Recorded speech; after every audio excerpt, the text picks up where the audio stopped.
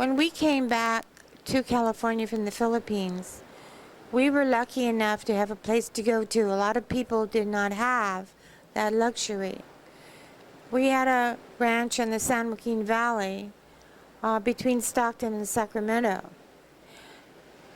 And this was owned by my grandfather, who, with my grandmother, went to retire right before the war. And unfortunately, he had died while we were in Santo Tomas. It was rather interesting life that we had. And from the very onset, we always kept touch with our very good friends who we had cultivated both prior to the war and during our prison term. It seemed that a lot of people had congregated in California, and most of them were our best friends. And those were the children, their children were the children that I grew up with in Santo Tomas and prior to the war. So in essence, we were always stuck to each other like glue. People from China, old China hands, and people from the Philippines who lived there together prior to the war and went through prison camps, these people hold fast friendships with each other and always have. So it isn't unusual at my age, 64, and you're lucky I told you that one, to still have good friends and close friends that you talk to all the time during the month, or email, or write notes to, or even visit in person. And that's the kind of friendships that come out of living in a foreign country, I think. It's very strong, very understanding, and very long-lasting. My parents are dead now, and they both lived till their late 80s. My sister lives here in Honolulu, Hawaii, and my brother also lives here. And until recently, I had one son living here. He's now on the mainland. I have 3 children, and I have 5 grandchildren. In 1994, we were sitting around my mother's lanai one evening. It was on February 3rd, to be exact. We cracked open a couple of bottles of champagne, sat toasting like we do every year at this time to the wonderful 1st Cavalry Division who liberated Santo Tomas. While we were doing so, I got the brilliant idea of saying, why don't we go back to the Manila for the 50th anniversary next year? So that's how it began.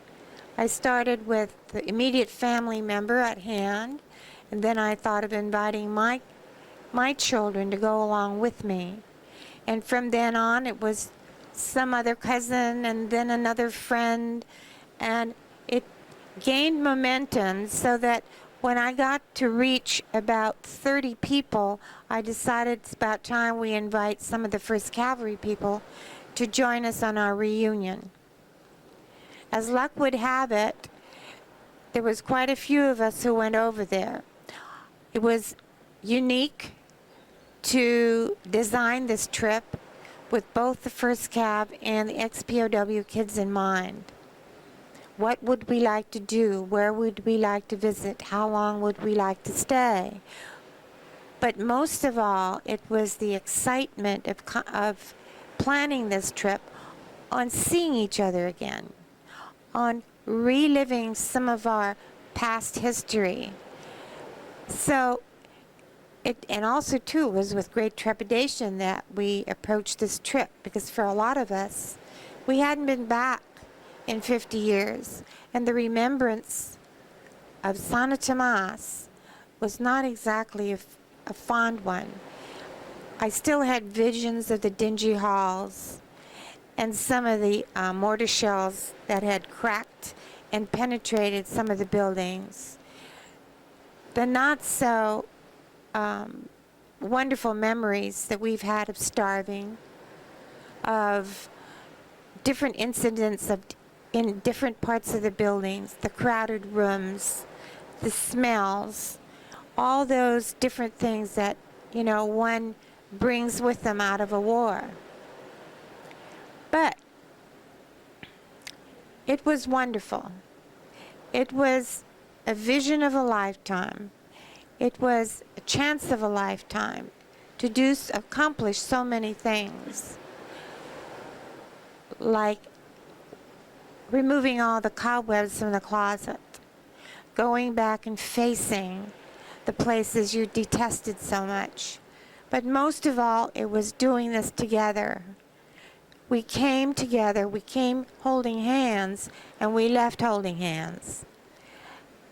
And it was the letters that I got from these people after that wonderful trip was so rewarding, thanking me for giving the opportunity to go back in time and sort of scrape off some of the horrors of war. Now, one of the things that I insisted upon was to have a dinner on the opening of our trip at the hotel, and also another one at the end of our trip. And these proved to be wonderful, wonderful, soul-searching time for communication, for doing what we either one of us had to do. Especially the last night, where we could come and sit and openly discuss our feelings about the war, discuss our feelings on how it was when the first cavalry came in, and how it felt to touch the first man, and how it felt to taste the first chocolate bar, and how it felt to lose a good friend like one of Jake or Joe or Smitty, who had left to leave the camp to go out and fight some more for our sake so we could leave Manila in safety. But they didn't come back. And our hearts were broken for them too. But these are the things that we needed to get out in the open, and that's why these trips back to the Philippines are very rewarding. I did this again the following year, and I'm going to do it again this coming year in February 1998.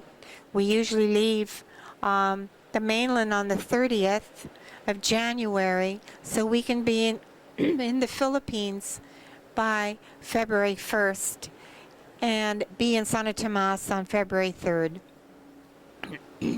One of the most interesting things as far as relating experiences came when my daughter married a colonel in the U.S. Army. Being very intrigued with my story and being in the military himself, he started me on the road to public speaking, and that is telling of my story to his officers and men. I did so for the first time at Schofield Barracks when he was stationed here. At first I felt great trepidation, and I felt fear and thinking, well, I could never get up and talk to these men. But then something came over me, and I decided, what a great opportunity to tell these guys my story, what it's like on the other end of the spectrum, what it's like to be the liberatee instead of the liberator. Because maybe some of these guys, when they go and liberate hostages or go out in the field, they often wonder to themselves, is this trip really worth it? Am I doing the right thing? Then I thought, by telling them my experience, what it's like on the other side of the fence, would certainly maybe be worthwhile for them to know. Well, I went and I spoke before 500 people, and while I was doing this, I felt very calm and very relaxed and very sure of myself. And after speaking for 40 minutes, get back down, sat at my table, and I had a lot of men coming up to me. And what they were telling me was, thank you very much for giving the other side of the spectrum. Because when we go out in the field to do what we ever have to do, sometimes we wonder, am I really gung-ho? Am I scared? Am I doing the right thing? Is this worthwhile? And your speech has always told me has told me tonight that yes, it is worthwhile. And they all say, I cried when you were talking because I realized what I was doing was the right thing. The path I've chosen to be in the military is the right thing to do. And I thank you very much for speaking this evening. So I have done that. I have gone on and I've talked to kids who are taking World War II courses in colleges. And here's another audience, another sense of awe that these kids have. I just spoke last year by invitation from a retired Marine colonel who was teaching World War II in the Pacific at one of the universities here in Hawaii. He asked me to please come and speak to these kids when he got to the point of the liberation of Manila. So I did, but I had to remember I was speaking to a whole new different audience.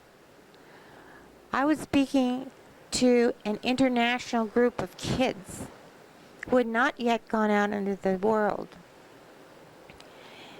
And in this class were so many Japanese kids from Japan. And I had questions, they had questions to ask me after my talk, but I also had questions to ask them. And my questions to them was, how many of your grandparents or parents have talked to you about Japan's involvement in the war? How many of them have told you about their experiences in the war? Were your grandfather in the military during that time? Was your grandmother's house bombed out while he was gone? What did you learn in school? Did you learn when you were going to school about the Japanese, your country's involvement in the Second World War? And you know what they said? They said no, no, no. They did not know, their household did not speak of the Second World War. And yet they knew their grandfather must have been involved. Their friends' grandparents did not speak of such a thing. And no, they didn't learn it in school. It was not in the textbooks. So that is one of the reasons why I brought one of my children back to the Philippines with me on these reunion trips. And I was very delighted to find out that other POWs brought their kids back too. And you know what? I spoke to these kids at the end of the reunions. You know what they had to say? They said, this has been the most worthwhile thing in my whole life. Because we hear the opposite end of the spectrum. We hear the naysayers now saying things didn't happen, the atrocities in Europe didn't happen, atrocities in Japan didn't happen. These are the revisionists, the naysayers, who's going to do history a lot of damage because pretty soon there won't be people to tell about these things. So I was glad that they came and understood the immense importance of going back home and keeping these memories alive. They saw it themselves. They'd been there where their parents had tread, where their fathers had been shot, where their mothers had suffered malnutrition. And they'd finally see these places they heard about all their lives and will continue to pass it on to their kids. And yes, I got that promise from them. And I know they will do it because it made such an impact. And I can honestly say that in this late part of my life, I think I've done a wonderful thing bringing people together for whatever reason they may want to come. And in doing so, I've resurrected a lot of friends, a lot of good friends, a lot of old friends, and have enjoyed doing so. And I enjoyed talking to you too. And I thank you so much.